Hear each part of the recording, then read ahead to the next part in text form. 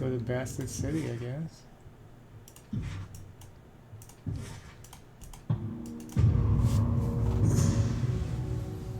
Along the road towards your destination, the road crosses a small river at a tall arch bridge. Turquoise water cascades down a three-tiered fall, driving a musty smell of algae into the air where it mingles with lilac and sage. The Archon of Songs inhales deeply, eyes closed, before letting out a prolonged sigh. She looks at you. Smells nice, she nods subtly in the direction of Barrack. Quite unlike one of our four less than favorite compatriots, a dark browsed knit. Frankly, Fatebinder, he could use a thorough wetting down. The cool, crisp scent contrasts sharply with the sour stench of filth emanating from your disfavored companion. You're not sure when Barrack last bathed, but you doubt it was all recent. But this is after we already took off his whole armor, right?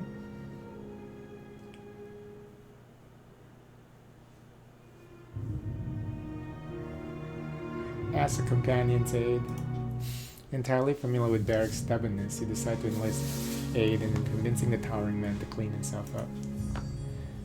Siren grimaces. Mazai, her nose wrinkles. I suppose I benefit from it as much as you. She makes her way to the stone shield. Barrack, she says sweetly, a sonorous tone slinking through the crevices of your mind and swaddling your thoughts. Barrack blinks at her, eyes lighting out of focus as he stares blankly into nothing. Your filthy reek is putting everyone off their meals. If you don't bathe this very moment, you'll likely see your companions collapse from exhaustion from their lack of food.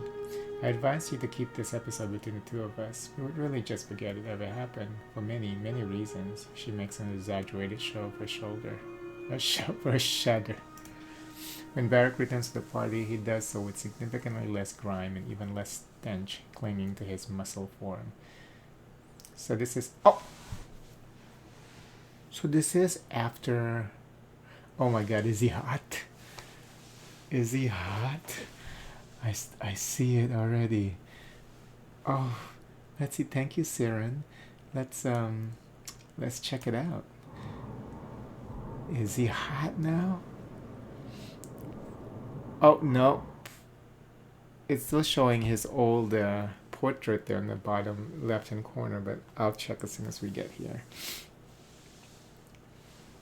Because it was showing a new picture. Oh.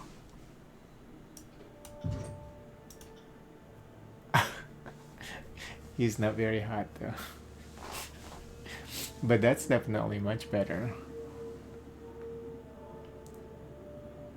Oh, he has that condition with where the left and right eye have different colors. I like that he's all stubbled. I guess after he shaved. They did this purposely too, because they wanted you to say, "Oh gosh, he's hot," but he looks a little feminine to me. Like the eyes are too feminine for me. But the stubble is the step towards the right direction. But yeah, just the eyes.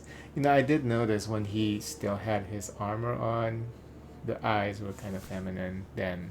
So. Yeah, you got feminine eyes, so not for me, unfortunately. But that's pretty funny. That is funny. How he went from that really, bushy, I guess bushy, stinky. He still didn't shower. I guess because he's so used to not showering, not cleaning himself because he was strapped in the armor. That's pretty funny. So if we take off his armor, let's do that real quick just to see. Oh, they even change his character model too. Like it used to be like long hair and beard, and now it's just stubble and all that, shorter hair.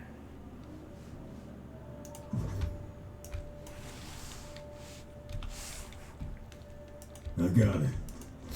Uh-oh. Let's see what happens. Hey, Lady Lucretius is over here. Uh-oh.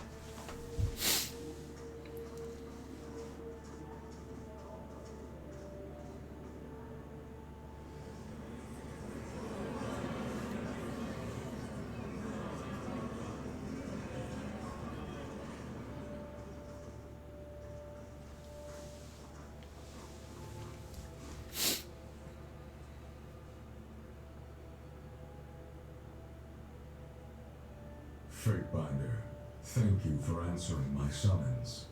This could very well be the defining hour of the conquest. I only came here to kill you. Farewell. Say nothing. Your lack of propriety has been noted, Fatebinder. I first want to make it clear why we've assembled today. After the collapse of Vendrian's Well and the start of the Civil War, it became clear to me that there must have been some great fault on the part of the Archons. We come together to root out the source of our troubles, and determine which of the Archons has sown more chaos during the war. I can point to the culprit and spare us the discussion. Blood Mulch aims the tip of the crude dagger at your heart. This is the scum who brought down the voices. I hope it isn't your intention to arm yourself before a court of peaceful legal representatives, Commander, unless to offer amusement as Blood and Mark plays you for our delight. Kallio offers an encouraging smile. He squints at Kallio and slowly returns his weapon to its sheath. Tunon turns to aim what you can only assume is a stern look. He refocuses back onto you with cool stoicism. Much has happened since I dispatched you on that mission. Raven Ash and the Voices of Narat, the appointed generals of this war, are both dead. You were instructed with bringing justice to the unlawful, but you have clearly taken the law into your own hands. Tunon hovers in thoughtful, accusatory silence.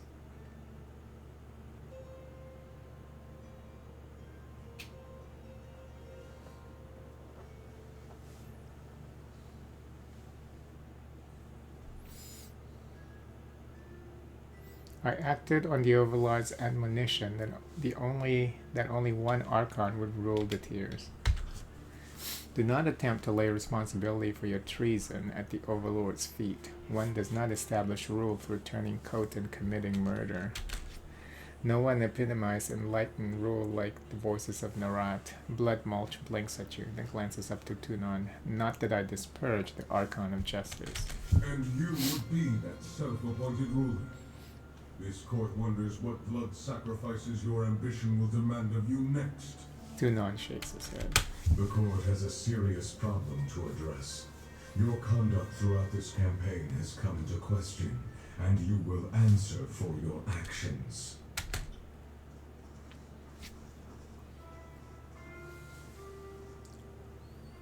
You have made quite a name for yourself, Fatebinder.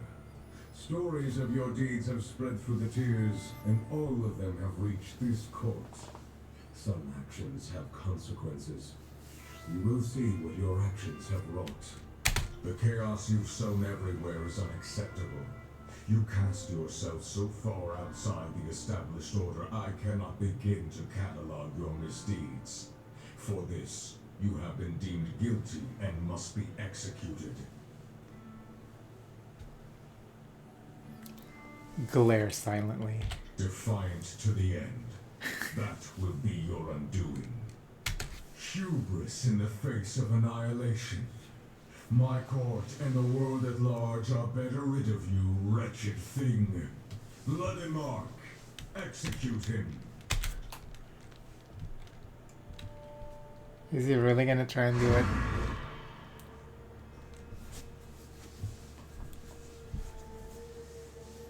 Blood and Mark emerges from the shadows behind you. He steps forward with purpose, his daggers drawn. Say nothing, prepare to fight.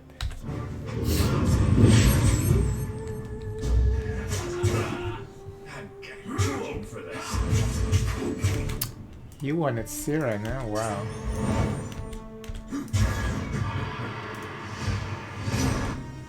Jeez.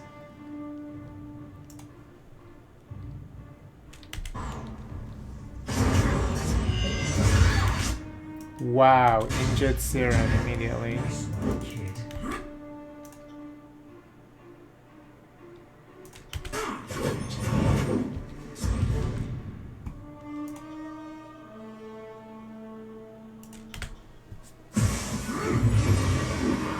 Immune to confuse, of course. Just keep twisting till you hear the snap.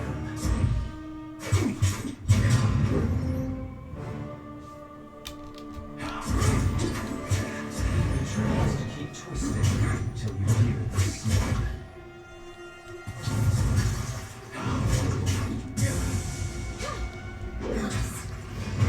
He's immune to everything.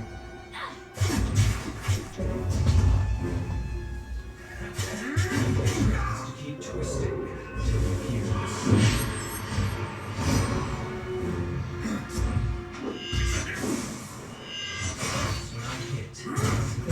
I hate that. That's the worst. I think the part of the game's combat mechanics is the ability to injure someone. This is bullshit. Oh shit.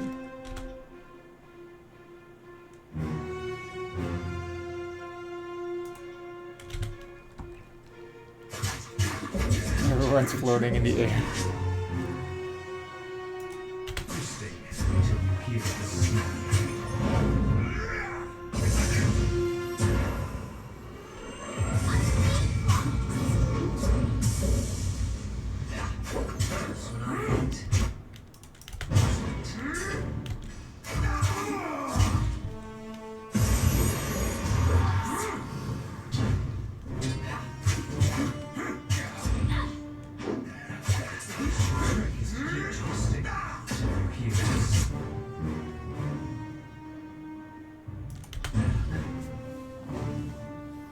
Is he dead? Oh, he is dead.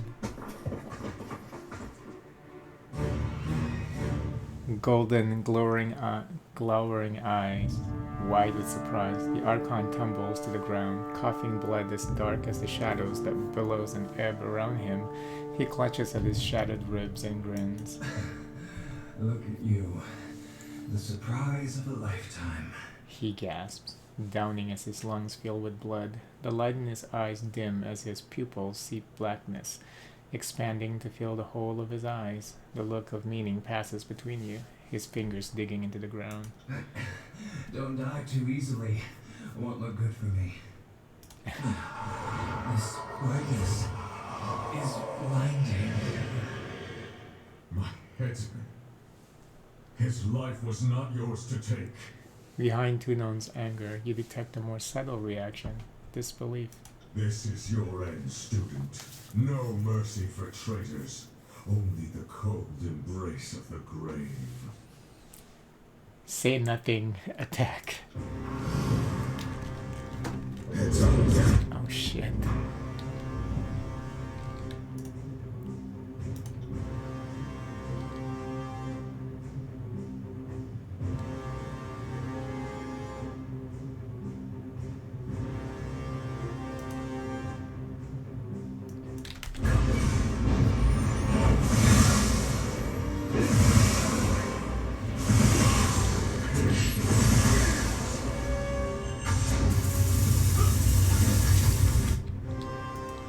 Jesus.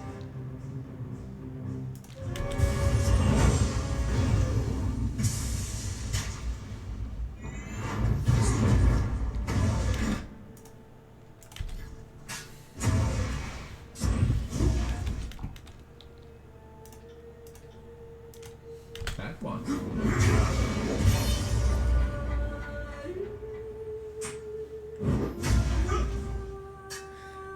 Tunon can be slowed, nice.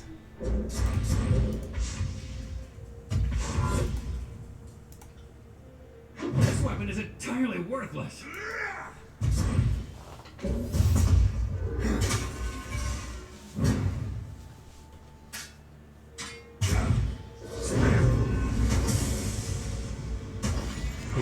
stunned. That's for sure. Oh. Bitch, you gotta move. You're gonna die.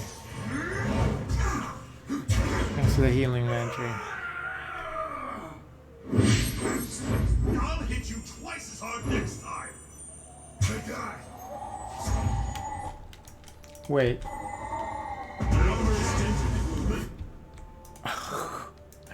I should have known that was something. He died! Okay. Come on, come on, come on, come on. Res him, please. Bitch, no, bitch. You better res him. Where's her spell that can res?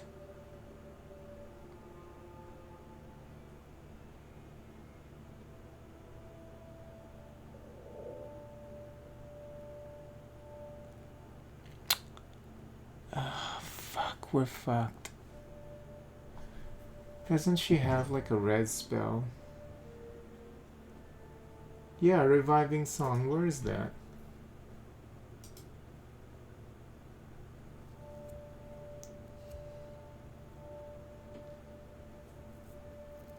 Area of respite. Let's see. Respite. Where is it?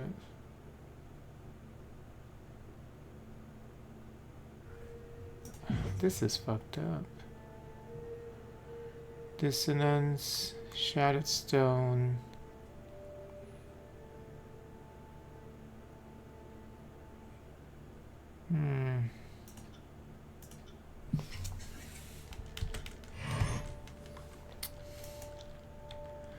Where is it, bitch? Come on. Where's your force? Resolve? Where's respite? It's not here. I don't understand.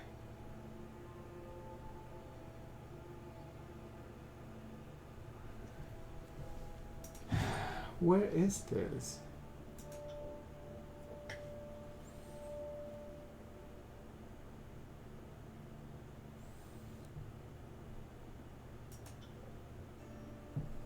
Okay, I see the icon, but why is it not here?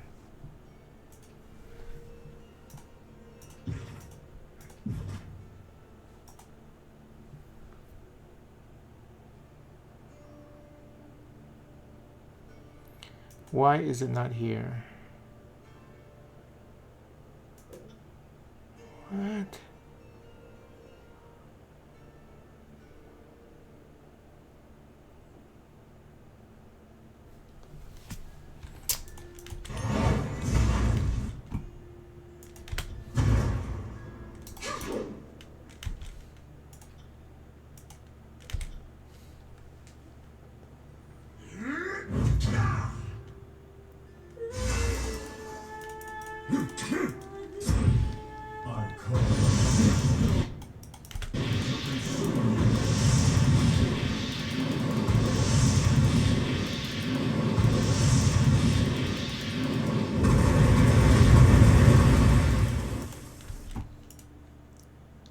It's ridiculous. I just can't find the spell. Where is the spell? It's bullshit that it's not here. Do I have to change her? No, she's already a peace singer. I don't understand where the spell is.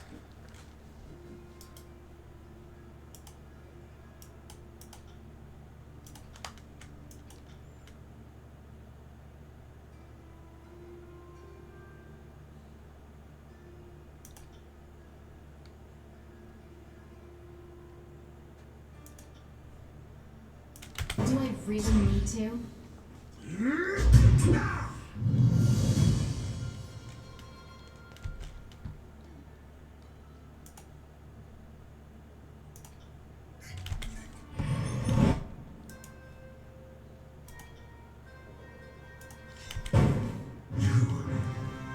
have learned much in your few years, Archon. Striking down our kind is more than the swinging of a blade or pounding of a mallet. There are Kairos' laws, and the laws that govern our natural order. I fear they often diverge. I have broken the laws of nature for too long. Life should end in its course. And this is my time at last. Through the pain, you can hear something like a satisfaction in Tunan's words. Kairos is coming. An army swifter and more dangerous than disfavored and Scarlet Chorus combined makes for the tears, propelled by the Overlord's will.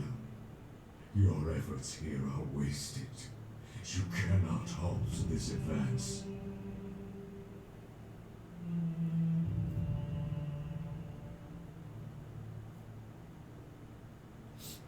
But I've dealt with the Archons and unified the tiers, everything Kairos wants. Why would Kairos wish for more bloodshed?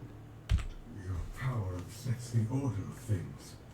These reinforcements departed to ensure that we followed Kairos' demand to settle amongst ourselves the strongest Archon. But your power will echo of the edict. Kairos will doubtless make no gamble on your loyalty. If you would sue for peace, supplicate before the Overlord. Shout it from the mountain spire and spread missives across Tyranny. Make as public a display of your fealty as you can. Hence did I earn the mercy of the Overlord. For the sake of the tears, I hope Kairos retains some of the mercy that she possessed when first I came to be called Archon. Tunon raises his arms up high and looks at the ceiling of his court. With a flash of arcane power, the Archon is no more. Defeat each of the Archon in a single playthrough of the game. The Adjudicator has fallen. I never thought the Paragon of Kairos' justice would see himself judge, much less in his own court. If you had told me this morning we're going to slay the oldest living Archon, I have thought you mad. You're on the floor dead, sketching what remains of the Archon of Justice. Lantry's hand moves with hurried excitement. I bet he never thought he'd be done in by one of his own Fatebinders. His downfall will make for a most amusing chapter of the Chronicle. This is incredible, Fatebinder. We just destroyed Kairos' personal judge and executioner. If there was any doubt of your power, it is gone now.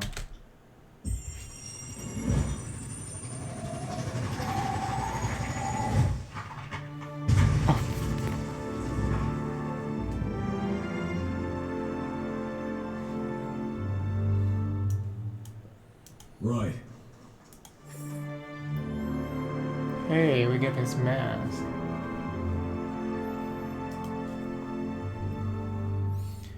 Judge an enemy, freezing them in a solid block of ice. While in this state they are unable to take any action. These effects scale with the face of judgment's renown. This mask of stern and unforgiving iron was previously worn by Tunon the Adjudicator as a symbol of impartiality. Even before he assumed the mantle of Archon and Lawbringer, Tunon's obsession with fair procedure extended to his face, which he did not trust to audience a trial without expressing some unintended bias. This mask replaced the previous variation made of wood, and was assigned to Tunon when he became the Archon of Justice. In keeping with Tunon's severity, his mask is extremely uncomfortable. How he wore this for an uninterrupted centuries is a mystery. His mask is nothing if not an extension of one of his core philosophies, that everyone should feel protected under Kairos' law, but no one should feel safe.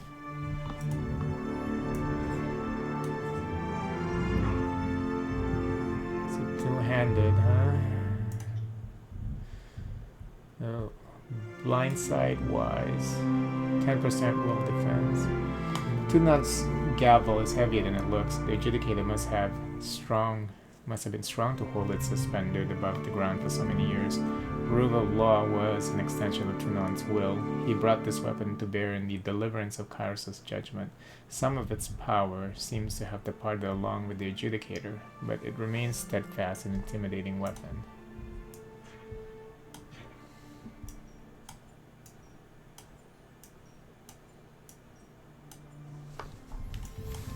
Okay, let's see what we can do here. Oh, ho, ho, ho.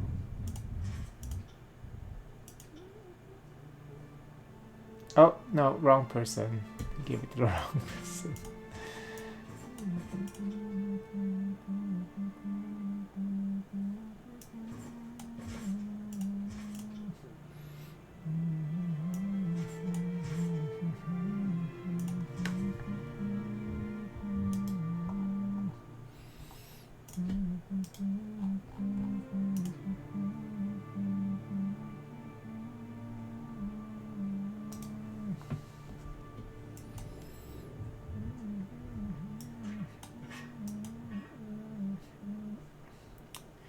What is that? That's a two-handed. Two-handed what? It's a two-handed. Is that some kind of staff? It's a gavel. Okay. Hold on.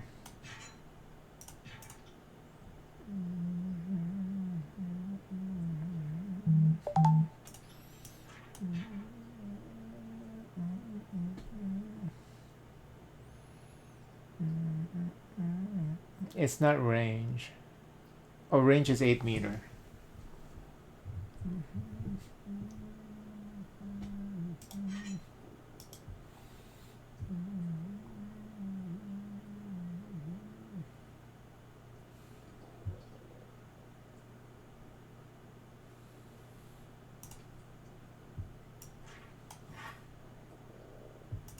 Oh no, I was wearing something else, right? Yeah.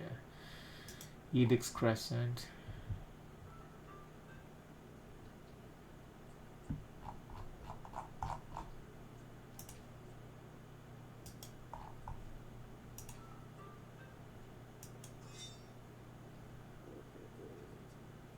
Okay, that's better.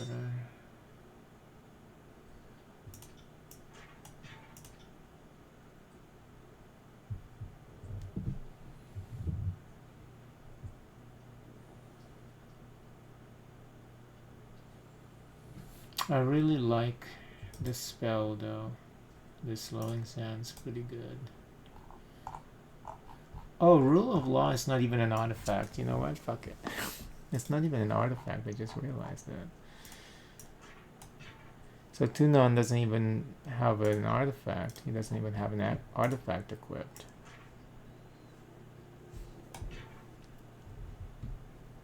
That's funny.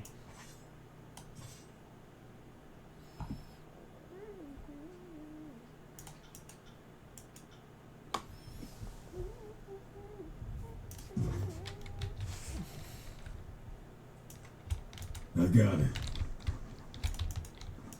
Everyone's gone. The Fate Binders, they're all just left. Can't do that. Sorry. So you kill Tunon. They were just like, oops. They were like, we're not gonna have any of this.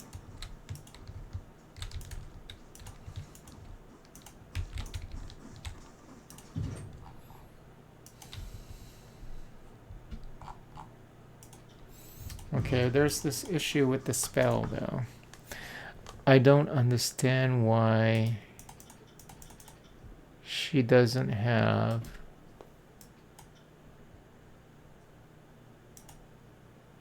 Oh, I see. It's up here. Okay. You have to click on her and then click here. Gloria Battle. I see. Fate Binder's Victory, Gloria Battle, Red Runs Our Blood. No, it's not even here. I don't understand where that would be.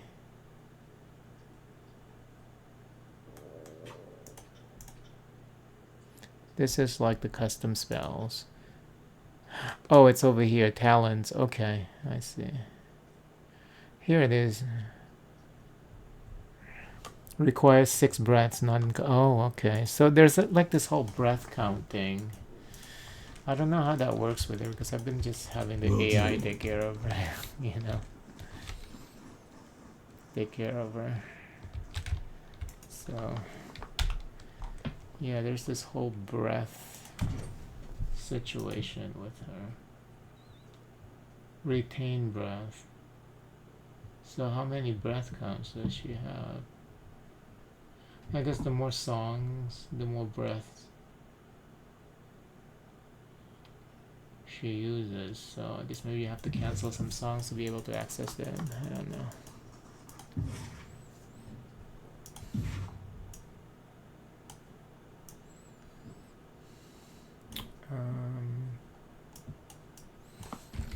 What is it we have to do next? Armies in the north. It has come to your attention that the Empire has made good on Kairos' threat. Armies march from the north with only one goal, to the utter annihilation of the tiers. Fortunately, you have the resonator at the Vrendian's Well Spire at your disposal. With it, you have the power to issue an edict and disrupt the Northern Kingdom. The final victory may yet be yours. So we need to go to the Vrendian's Well. Okay.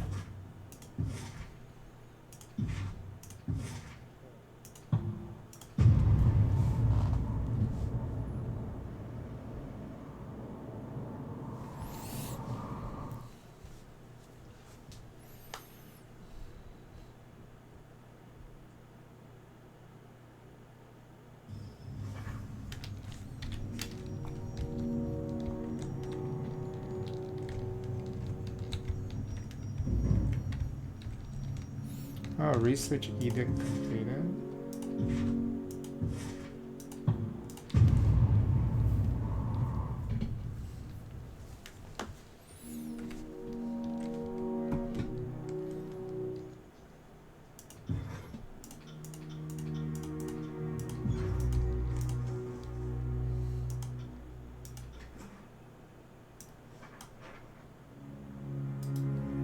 Edict of Malediction. The sages at your library combed through ancient scrolls, searching for hints of arcane knowledge. They found a ritual that may give insight into how Kairos commands powerful edicts.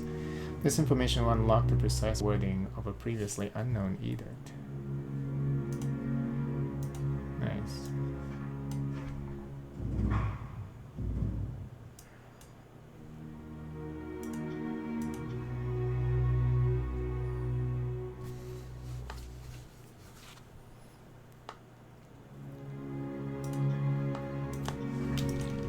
Sorry, can't.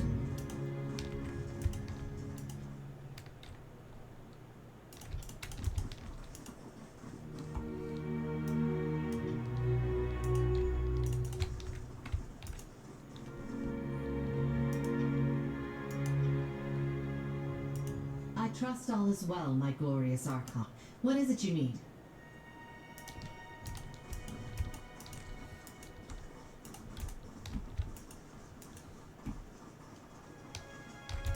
Can't do that. At your service, Fatebinder. What do you need?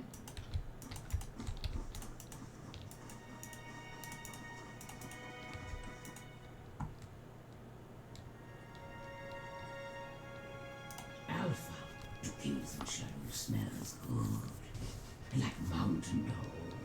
Makes Beast Woman blood stir. Run hot. Makes Beast Woman want to hunt, bite, rot. Human Shadow Mystic. Archon of Darkness is dead. Kings and Shadow thinks this cannot be true. Shadows are strongest. Shadows lie. Distort sun and sight with darkness. Win with deceit. The beast woman snorts. Fatebinder sees now. Blood of Archon called to none stains Fatebinder's hands. Kings and Shadow wants to lick blood. Wants to judge power of dead Archon. Her lips curl back in a wild, demanding grin. Fatebinder wants Beast Woman? Good, yeah. And many more than 5. He looked through a strange-smelling graveyard of sage mystics and the light of new moon. Dug, but only found rat-gnawed human bones.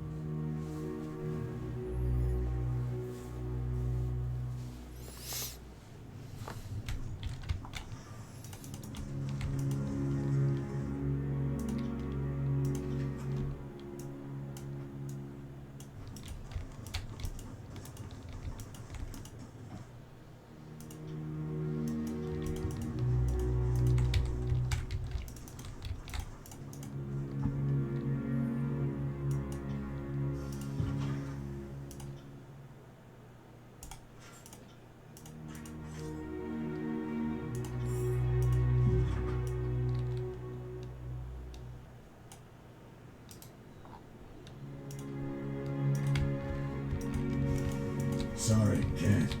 Can't do that.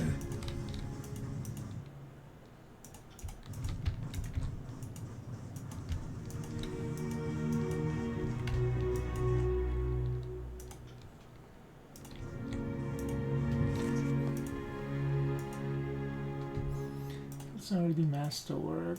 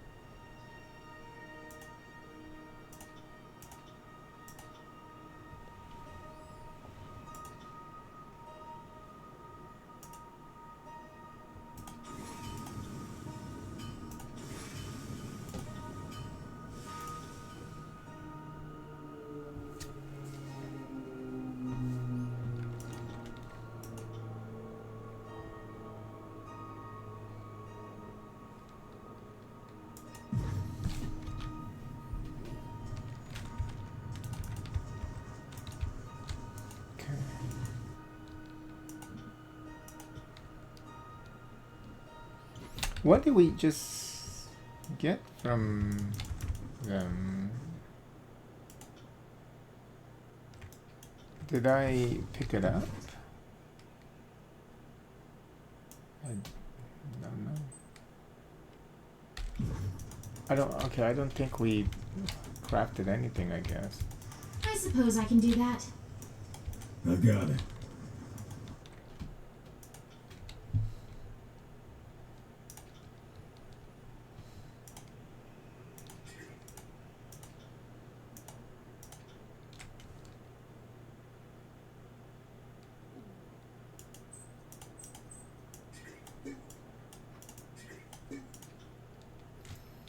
It's time to get rid of these.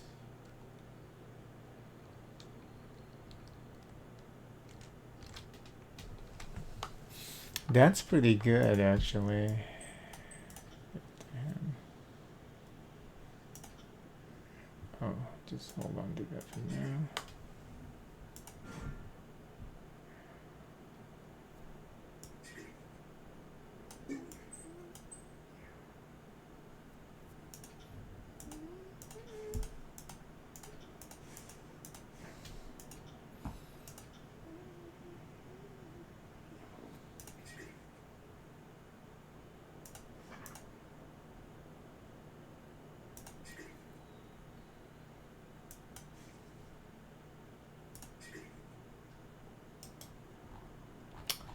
Balance the scale is an artifact.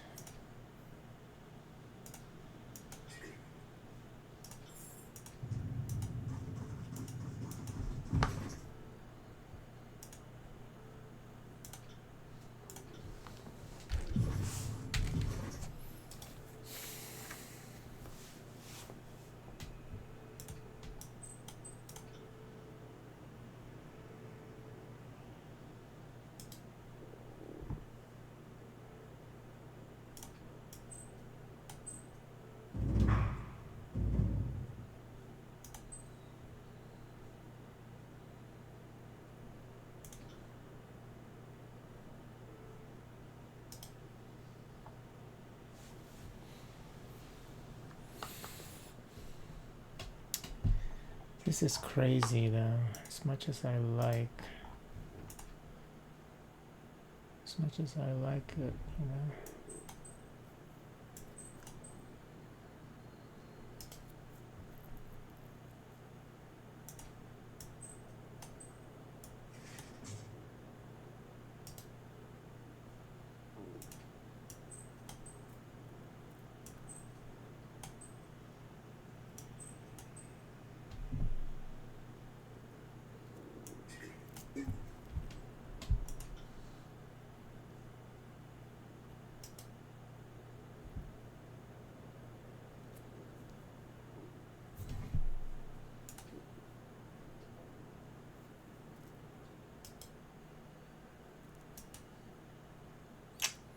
Well, I guess maybe you combine it with Ash's favor.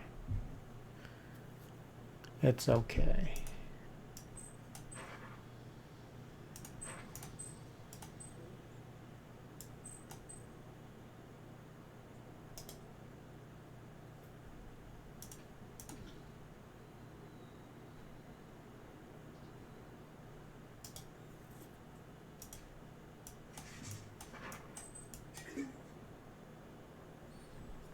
Okay.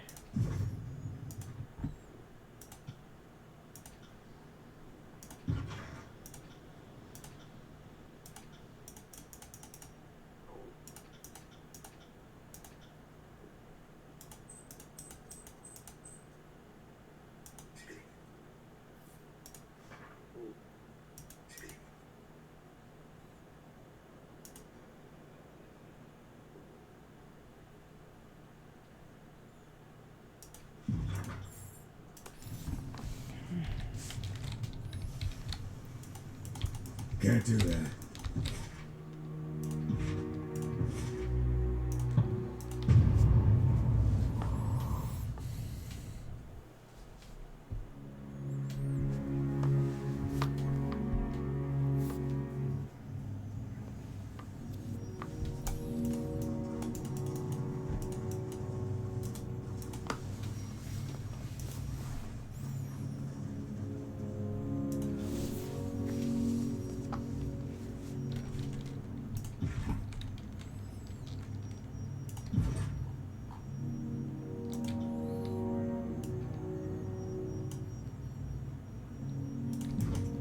Sorry, can't.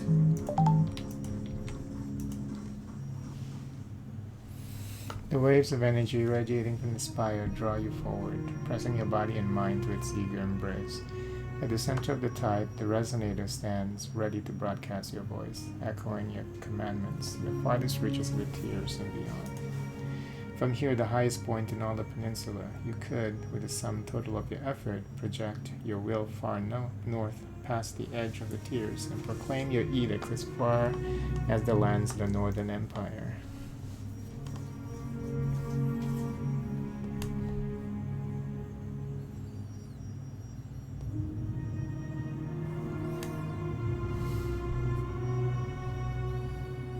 Any requests? How could you ask such a thing? I can't possibly make such a far-reaching decision. I'm sorry, you have more options than you have convictions. You want me to suggest the best way to destroy an entire nation? No, Fatefinder, I'll leave that decision to you. Landry needs to be fucking flayed.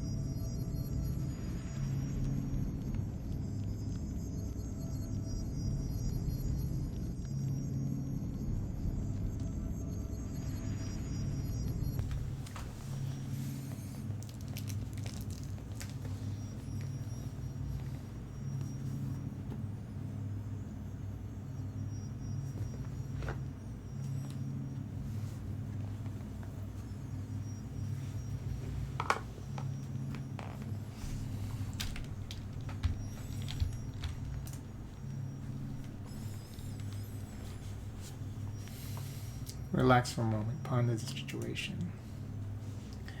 With your work here in the tears all but complete, take a deep breath of the cool, tranquil spire air to allow yourself a moment to think. By the letter of Kairos' orders, you have done all that is asked. You delivered the edict of execution and brought the Archons to heal as ordered. While you have the victory of the moment to savor, you find yourself wanting for answers. Only the Archons have met Kairos, and while you are now counted among these luminaries, the battlefield promotion was hardly the revealing initiation rite you long imagined all Archons experience. Looking back on the events of the war, it seems implausible that this moment has caught Kairos entirely by surprise. Half a league beneath your feet sits Ascension Hall, had the edict of execution had not been stopped. The resulting deaths would have done the work of the civil war and the culling call of the Archons. And had it not been you to resolve the edict of execution, who else? When would that person be standing where you stand now? You made no secrets of your loyalty to Kairos, and you smile at the realization that if the Overlord is indeed prescient, this victory was enabled by the will of Kairos. The question now lingers in your mind. Have you been placed in this position because Kairos expects you to be loyal, or because Kairos expects you to be contrary? And are those mutually exclusive? It can be no accident that the resolution of the Edict of Execution ordered someone to liberate the base of the spire, and it can be no coincidence that the culling of the Archons in civil war have brought about much of the carnage Kairos initially sought to inflict with that fateful edict. Touch the resonator and concentrate. You know that there's only one equivalent response to the Kairos to Overlord's aggression. You need to cast an edict on the Northern Empire, Kairos' seat of power. Nothing less will do as a gesture of your authority. The spire awaits your command.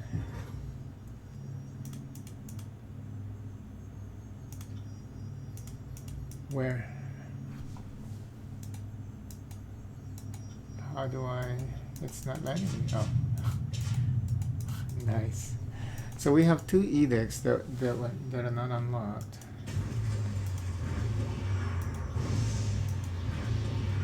The Edict of Malediction will twist the strands of fate, causing misfortune and bad luck to plague your enemies. The balance of fates is shifted for all those within the region. The party gains a bonus to all skills, graze position, and hit precision. Foes have penalty to all skills, and a portion of their critical hits are converted to hits, and hits are converted to grazes. Nice.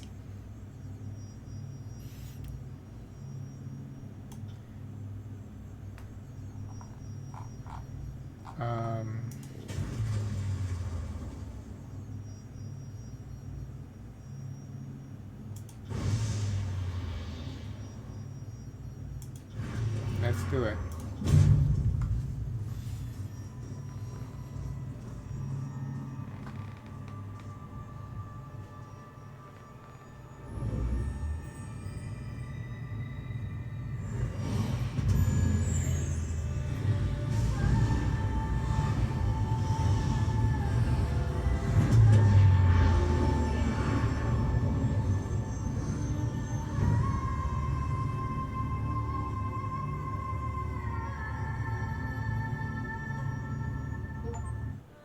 The Tears have been conquered, unified at last under a single banner. Your edict brings devastation and ruin to the Northern Empire. Some believe the edict to be Kairos' word. Others hope or fear that this edict comes from a new voice. Kairos' forces withdraw from their march upon the Tears, as they are sent into disarray by your edict. United under the Scarlet Banner, the Tearsmen are reborn as your loyal servants, bound to you by fear and shared victory. The Overlord's conquest of the known world has come to a halt, and the whisper of a challenger to Kairos' power slowly spreads throughout the land. This ending is not Oh, here we go. There's more. But I guess I forgot to keep going back to, because I have all that power accumulation and I never use any edicts. Because I should have used an edict over at the Bastard City, because I remember being able to tab over there, but I didn't know you have to go back to Vendrian's Well to cast an edict. That's the edict center. Because yeah, I couldn't figure that out. But which made it a little bit more interesting because we were still able to beat like Graven Ash, and we had an edict cast when we were fighting Nerad, I believe. But not... Oh no, we didn't even cast an edict when we were fighting Nerad. We didn't cast any edict on any of the Archon battles. So I guess our party members were doing pretty good. So I thought maybe there's like a little section at the end where you at least fight something in the north. Maybe they show like a little preview of, or a little section of the northern part of the kingdom. But yeah, I can see why people were saying, because I know one of the complaints about this game is they said the ending was just too sudden. It's a long game, that's for sure. I think people just read fast or they just skip a lot of shit. I mean, I read everything and it took me... This playthrough took me about 50 hours, I think. 50, 60 hours, so. By casting the Edict of Malediction on the northern capital, you consign the Overlord city to an invisible plague of misfortune and calamity. The foundations of once proud buildings fracture under some unseen pressure, and the whole district's empty as the city's infrastructure crumbles. Laborers brought in to repair the damage find their work undone hours or even minutes after. Citizens leave the city a ghost town and whisper among themselves how Kairos could allow such curse to infect their homeland. As chaos ensued in the Northern Kingdom, the armies marching on the tiers received an unprecedented order. The armies were to fall back to the capital and ensure the safety of its people from the edict. For the first time in Kairos' great conquest, the armies retreated. Soon questions would be asked in a hushed breath across the lands about what new and terrible power had emerged that could force the hand of the Overlord. You fulfill Kairos' decree, and all of the tiers is now ruled by a single Archon.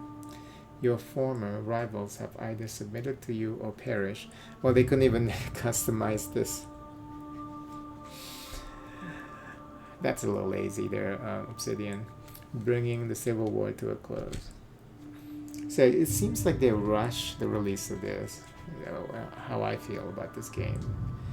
In their pride, the disfavored never imagined themselves beaten, especially when their opponents appeared so disorganized. The last remnants of the Legion dispersed, their general destroyed, their honor broken beyond mending. The scorn that follows their humble ranks haunt them even the depths of obscurity.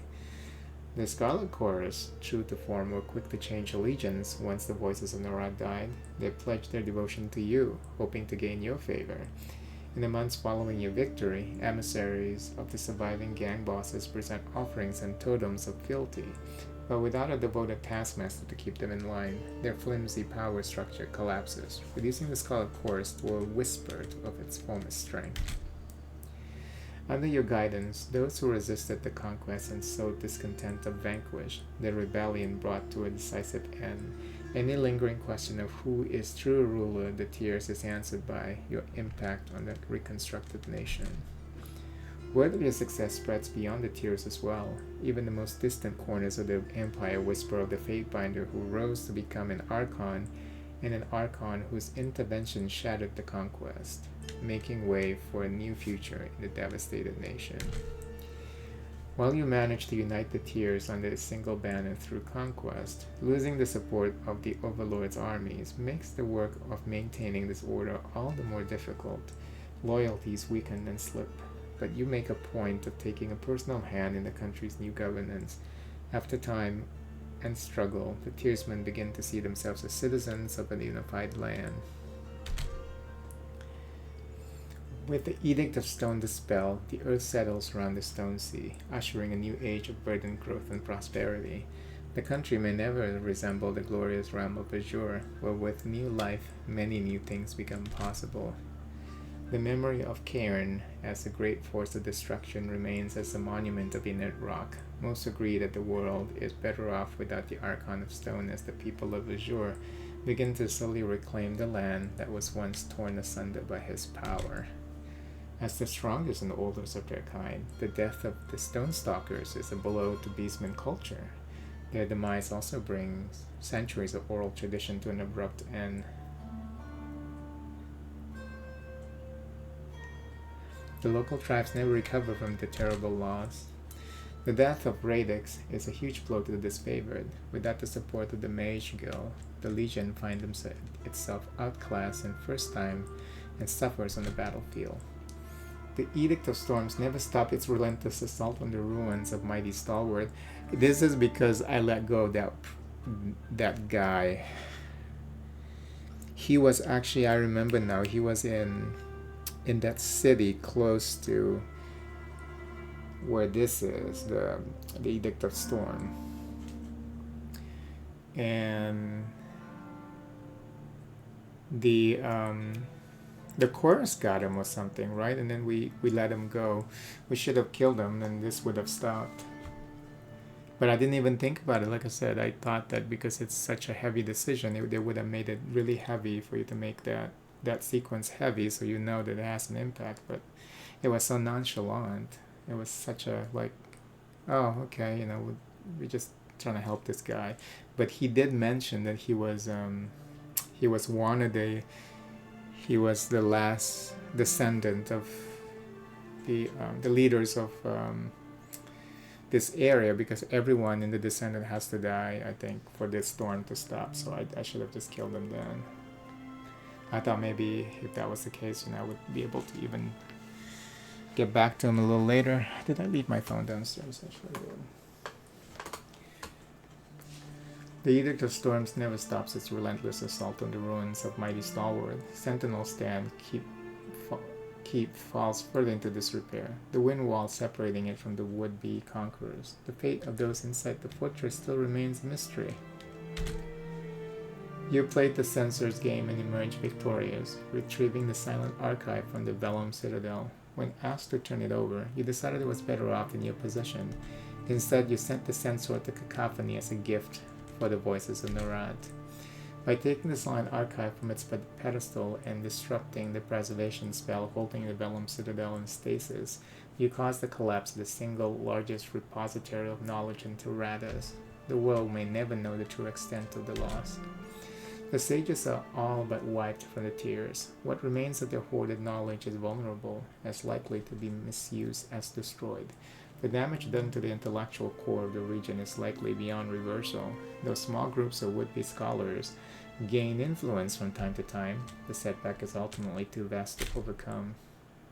With withholding the Magebane helm from Lithian's crossing, you sabotage the city's protection against the Bane haunting its borders from inside the old walls. Sensing the vulnerability in its defenses, an unstoppable wave of Bane invaded Lithian's crossing, wreaking havoc and causing catastrophic loss of life. The few ragged survivors abandoned the city to the Scourges, never to return. Sending the Forge-bound master to the voices of Norad strikes heavy blow to the Forge-bound, and the very art of ironsmithing suffers terrible setbacks. It takes many years to recover or relearn this delicate subtlety of crafting fine weapons and arms. The Forge-bound continue to create weapons, but their quality is suspect. You attempt to direct the Bastard Wounds community via occasional visits and regular missives. Wow, they kill each other, of course. But the settlement's remoteness and the necessities of your prominent position doom your efforts to failure. Without your guidance, the wound slowly turns on itself. Patrols go unled, and food without water, and tensions rise. Some leave, some die, and some struggle on, but no one leads a contented life. By enacting an edict on Vendrian's well, you announced your power to the world and showed Kairos forces what you were capable of. When you defeated their leader and shattered the army before you, it sent the message to Kairos: a new Archon is born. While the edict dissipated, its effect will always be felt to the first true threat to Kairos' rule. The death of Graven Ash means the end of the disfavored. Without the comfort and support of the great general, what remains of the Legion sinks into hopelessness. The Archon's seat is left vacant, and whether or not it can be occupied again is a heated topic. Far from his place of final rest, the Northern Empire mourns its fallen son. Killing the voices of Narat spreads the joy of bloody vengeance across the continent. To celebrate as the death of history's greatest parasite, the occasion is marked by all who suffered under the oppression of the Scarlet Corps. Even in victory, one thought nags you. Though you witness his death, you can't help but wonder if the voices of Narad is done with you. With the death of Tunon the Adjudicator, the bastard city threatens to slide back into its lawless ways. Keeping the peace and imposing a new definition of order commands all of your focus. You learn to delegate the responsibilities to a new court of fate binders, who will lighten the burden and make the Archon's absence a manageable setback. The death of Bled and Mark deprived the world of the most capable murderer. One less bedtime story to scare children is no significant loss, though you can't help but glance at the dark corners of every room and feel as if something is watching you. Bled and Mark will always cast a long shadow on your life. Though freed of his twisted shell, oh, he looks hot there. Though freed of his twisted shell of bronze and iron, Barrick seems a little less morose. He moves forward with the Edict of Storms only haltingly, attention half turned ahead towards an uncertain future and half behind at the chorus that brought him here. The Northerner remains dedicated to the oaths he had sworn you, drilling your forces and commanding them on the field. If he isn't exactly loved by your troops, at least he holds their respect. In the rare times of calm, he takes leaves of absence from your service, scouring the blade grave for the fallen sons and daughters of the Northern Empire and laying them to proper rest. Though the somber task seems one beyond the meager lifespan allotted to a soldier, Barrick returns from each of these excursions standing just a bit more upright. In the absence of the voices of Narat and the need to avenge her fallen sisters, Verse discovers something akin to contentment. For a time you find her high atop your spire, turned towards the horizon with eyes closed against the wind and ruffles the feathers in her hair. It doesn't last. Verse disappears from your service without a farewell. When she returns a month later, she is trailed by the desperate gang of young women recruited from every corner of the tiers. Farmers, merchants, and former nobles hungry for greatness, all pledged to study the bloody lessons Verse has to impart. A new callous sisterhood grows slowly compared to the chorus, but each member makes of violence a mesmerizing dance. Soon, Verse and her cadre become the most feared of your enforcers, achieving a notoriety almost akin to that of Blade and Marks. The war between the Archons concluded, Lantry turns to collecting the lost writing of the Squill of Ink and Quill.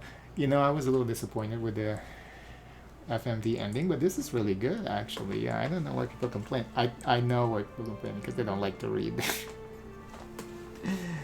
So this is actually, it's winding down, you know? You're getting all of your questions answered at the end of the game. What's going on, what's happening, you know? Yeah, people just don't like to read.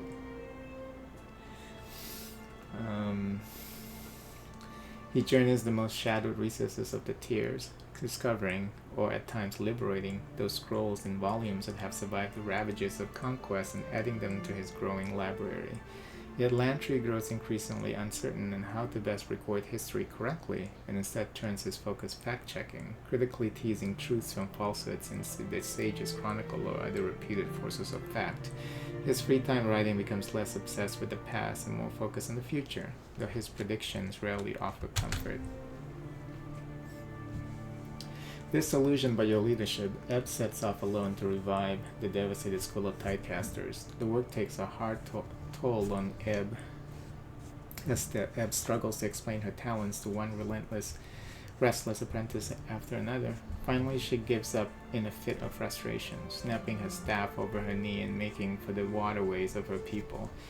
To the best of your knowledge, she resides there still, avoided by the locals as a dangerous recluse.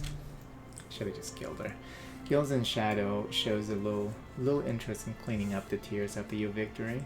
Instead, she takes it upon herself to hunt down every disfavored soldier in the country. You hear frequent word of maulings and disappearance among Kairos' ranks, perpetuated by a beast of legendary ferocity. Though you could no doubt track down the wayward companion, you let her continue the bloody work out of equal parts of respect and fear. Without the threat of the Overlord's control, Siren struggles with how to manage her freedom. Inspiration finally strikes her and she travels the Tears, visiting small villages ravaged by Kairos' occupation. She sings to the frightened and hurt villages, buoying their spirits and allaying their fears. Guilt for her hand in the horrors wrought upon the world by the Scarlet Chorus spur on her, and her wonders become more and more spectacular. The followers of Songbird grow in number, taking the message of peace and harmony throughout Tyrannus. Though you once professed loyalty to Kairos, popular belief holds that the world cannot support two overlords, and you now represent a threat to the established order. This leaves your future in question, with but one certainty: when Kairos retaliates, you will be ready. From the perch atop the ancient spire, you can see hints of the Northern Empire just beyond the mountains. At your command, horns shout a triumphant cry across the valley, heralding the end of one long campaign and the beginning of another. They should make a sequel to this game for sure. I mean, the setup is already there. Please, Obsidian. Instead they're working on the sequel to, what's the name of that game that I don't really appreciate that much, but a game that I'll probably play next. What is the name? The space one.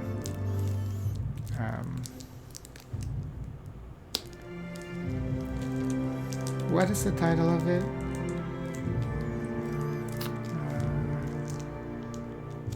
Out of Space? What is it called? I did not remember.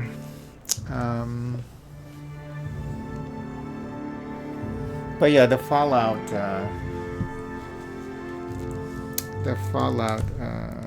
inspired game, but in space, and it's all a big joke. The writing for that game is so disappointing, because I can understand a funny game, games tries to be funny or more lighthearted, but it's like everything can't be just a joke, but I guess maybe that's the point. The tone for me is just too juvenile, but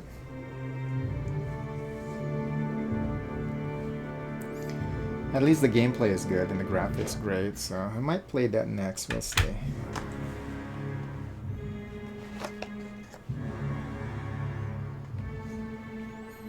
I haven't completed a game in such a long time, so this is quite an achievement. And I've been wanting to finish this game in a long time. I finally did it.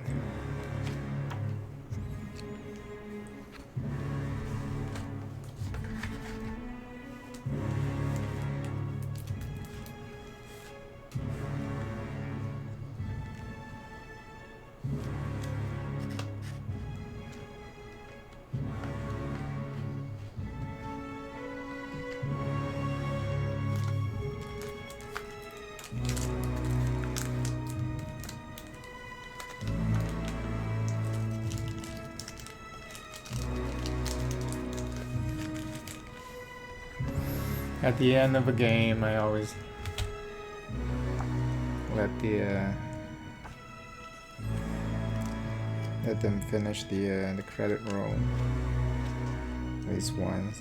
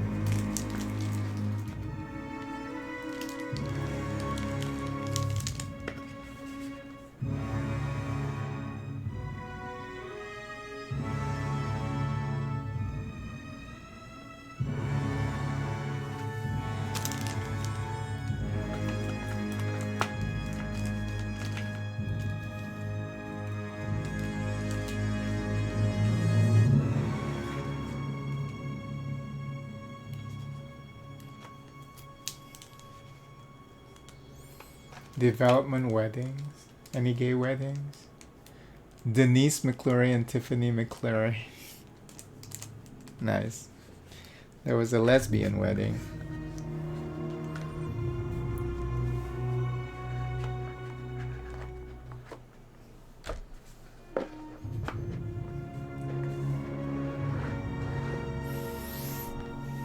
Just got my copy of Witchcraft.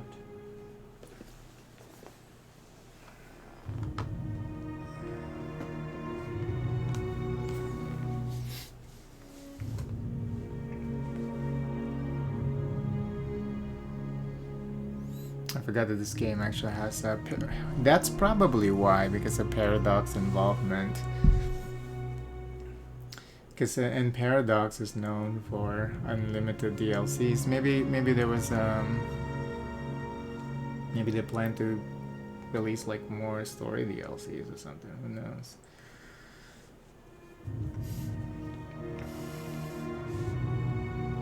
But yeah, it was kind of weird that, well, I guess for them to work with Paradox, I don't think Pillars of Eternity wasn't a Paradox published game, right? It was, they published it themselves. I think Obsidian published it themselves. But this was released after Pillars of Eternity. Yeah, I mean, there's the game feels a little rushed, I think.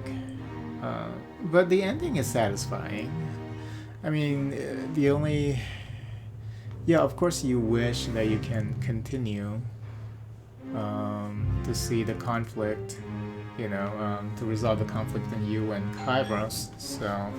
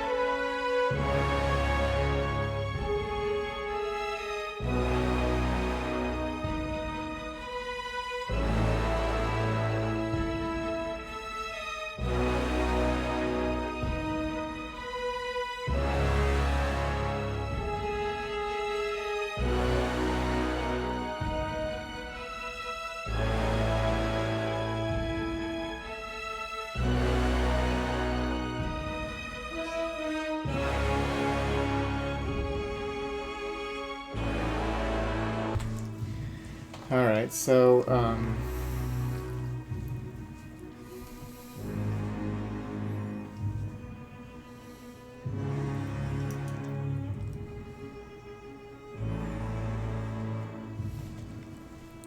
so yeah, I was thinking about playing Pillars of Eternity actually, in conjunction of playing Tyranny.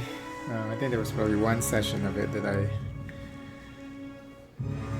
uploaded to YouTube, but I think I'm gonna gonna stay away from Pillars of Eternity for a little bit because that's a lot of reading, even though the UI scaling is better in that game. So you know, less strain on the eyes, but yeah, that was Tyranny is a really good game.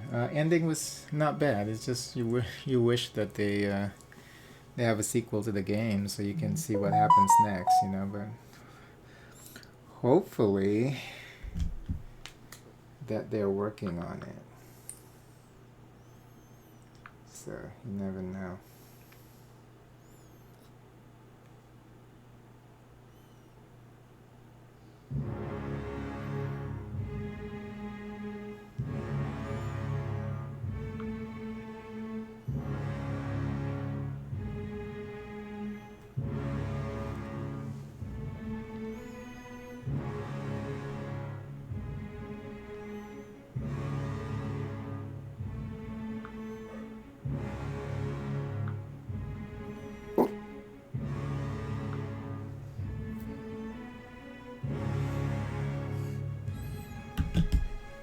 Okay, well, I'm gonna stop the stream for now.